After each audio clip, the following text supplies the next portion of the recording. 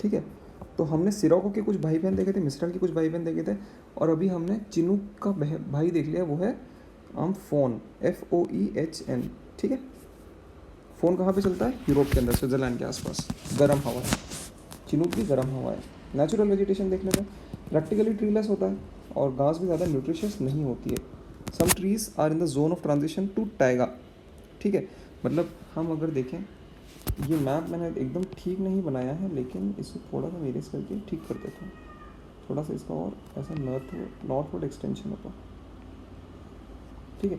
तो अगर यहाँ पे तुम्हारा स्टेपी ग्रासलैंड है, तो ऊपर ऊपर के अंदर मतलब ये वाली जो पूरी होगी, हम अगले वाले लेक्चर में कवर करेंगे, ये पूरी टाइगा की बेल्ट होगी, साइबेरियन टाइप क्लाइमेट जो होता है उसके अंदर। तो यहाँ पे ये लिखा है कि जो स्टेपी है ग्रासलैंड, वो पहले टाइगा के अंदर कन्वर्ट होता है और फिर फर्दर टुंड्रा के अंदर हो जाएगा। ठीक है। Some trees are found in the zone of transition to taiga which is coniferous. ठीक है। और फिर मैंने ये कुछ स्पीशीज़ लिखी हैं, एल्डर, पोपलर और विलो। एल्डर, पोपलर, विलो, ये तीनों बेसिकली टेम्परेट रीजन के अंदर पाई जाने वाली ट्रीज़ की वैरायटी है। ठीक है। ये कॉनिफरस नहीं होते हैं, ये होते तो डेसिडुअस ही, मतलब ब्रॉड लीव्ड होते हैं, लेकिन टेम्परेट रीजन के अंदर मिलते हैं, टेम्परेट रीजन के अंदर मिलते हैं। ठीक है। जब हम ब्रिटिश टाइप क्लाइमेट पढ़ेंगे तो हम उसके अंदर और टेम्परेट ट्रीज़ की वैरायटी पढ़ेंगे, वहाँ पे ये जो नाम है एल्डर, पोपलर और विलो, ये फिर से रिपीट होगा। लेकिन एक बार के लिए इनको तुम याद रख लो, एल्डर, पोपलर, विलो कैसे याद रखोगी? पोपलू नाम का एक लड़का है, वो अपने एल्डर्स को बोलता है कि मुझे विलो लकड़ी का बैट चाहिए। ठीक है। विलो लकड़ी से क्रिकेट का बैट बनता है। पोपलू एक ज़िद्दी लड़का है, वो अपने एल्डर्स को बोलता है कि मुझे विलो का बैट दिलाओ। ठीक है। तो ये याद रखना। और ये जो है तीनों, एल्डर, पोपलर, विलो, ये बेसिकली टेम्परेट रीजन के ब्रॉड लीफ ट्रीज़ हैं। ठीक है। हमने देखा है कि, चलो हमने कुछ नहीं देखा है, हम जो देखेंगे वो बाद में देखेंगे। ओके। नेक्स्ट है ग्रास। तो ग्रास का जो अपीयरेंस है, बेसिकली टेम्परेट रीजन्स के अंदर हमें काफ़ी डेफिनेट सीजन्स देखने को मिलता है।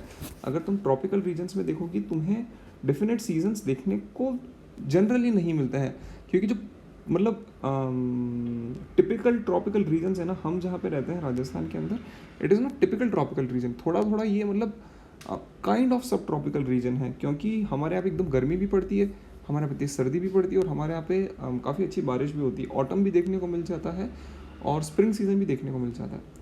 लेकिन if you'll go further into Kerala और तमिलनाडु, कर्नाटका के अंदर, तो यहाँ पे इतना डेफिनेट ड्रास्टिक चेंज नहीं होगा। मतलब तुम you will not get to know कि सर्दी कौन सा, मतलब सर्दी का मौसम होता ही नहीं है वहाँ पे।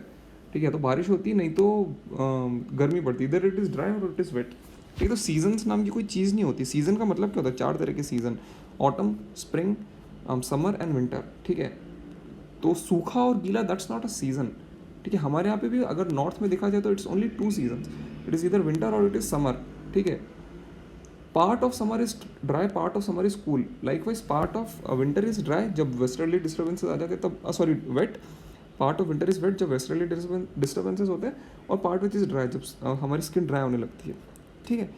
तो ये चीज़ ध्यान रखना कि ट्रॉपिक्स के अंदर सीजन्स नहीं होते हैं, क्योंकि सन की वेरिएबिलिटी बहुत कम है, और टेम्परेट रीजन के अंदर सीजन्स की वेरिएबिलिटी काफ़ी ज़्यादा होती है, क्योंकि सन काफ़ी ज़्यादा मतलब लैटिट्यूड्स के अंदर मूव कर जाता है। ठीक है। तो इसीलिए मैंने लिखा है कि जो ग्रास का अपीयरेंस है उसके पीस के अंदर वो भी चेंज होता है। जब स्प्रिंग आती है तो एकदम ग्रीन और फ्रेश हो जाती है, समर आते आते सूखने लग जाती है, इसलिए ब्राउन हो जाती है, और ऑटम के अंदर एकदम it starts to wither away, और विंटर के अंदर वो मरती नहीं है, इट लाइज डॉर्मेंट। तो मैंने ब्लू के अंदर यही लिखा, इट लाइज डॉर्मेंट। तो ग्रास की कुछ प्रॉपर्टी लिखी, वेजिटेशन तो इतना कुछ ट्रीज वगैरह तो मिलेंगे नहीं, तो ग्रास ही मिलेगी, और अगर पूछ लेते ग्रास के अंदर, तो ग्रास के अंदर थोड़ा सा इलेबोरेट करके ऐसे लिख सकते हैं। ठीक है। कुछ वेराइटीज़ ट्री की थी हमने देख ली, पोपलू, एल्डर, विलो। ओके। अब लाइफ के बारे में देख ले रहे हैं। तो सबसे पहले नोमैडिक हर्डिंग, हम है ना इसके अंदर कुछ इस तरीके से चलेंगे, मतलब moving towards greater level of development, नहीं ऐसा कुछ नहीं, चलो रहने देते हैं। सबसे पहले आती है नोमैडिक हर्डिंग। ओके। तो नोमैडिक हर्डिंग के अंदर हमने कुछ ट्राइब्स देखी है, जैसे किर्गिज हो गई, कजाक्स हो गए, कालमुक्स हो गए, रेड इंडियंस हो गए। ठीक है। तो ये ट्राइब्स जो कि टेम्परेट रीजन्स के अंदर रहती है। ठीक है। तो इनके देखो, किर्गिज तो किर्गिस्तान वाला रीजन हो गया, कजाकिस्तान हो गया, कालमुक याद रखना है बस। और रेड इंडियंस तुम्हें पता ही होगा, जो मतलब नॉर्थ अमेरिका में रहते थे उन्हें रेड इंडियंस बोला जाता है। ठीक है। तो स्टेप्पी क्लाइमेट के अंदर अगर तुम उनका मतलब एक फ़ोटो भी गूगल करके देख लोगी ना, आई जस्ट शो यू कि कैसे होते हैं red Indians. Tom and Jerry के अंदर काफ़ी बार दिखाते थे रेड इंडियंस को। एक काम करते हैं, पर नेक्स्ट वीडियो में कंटिन्यू करते हैं, ओके।